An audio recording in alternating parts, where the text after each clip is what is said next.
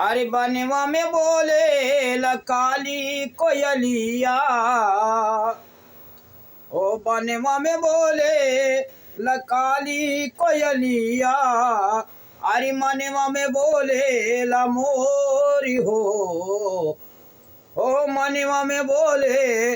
मोरी हो, आवा चली गोरी गौवा की ओर हो, आवा चली गोरी गौवा की ओर। अरे होइगा सूरज कई अंधेरा गोरिया, अरे चिड़ी गईनी बसेरा की ओर हो, अरे होइगा सूरज कई अंधेरा गोरिया, अरे चिड़ी गईनी बसेरा की ओर हो, आवा चली गोरी गौवा की ओर हो,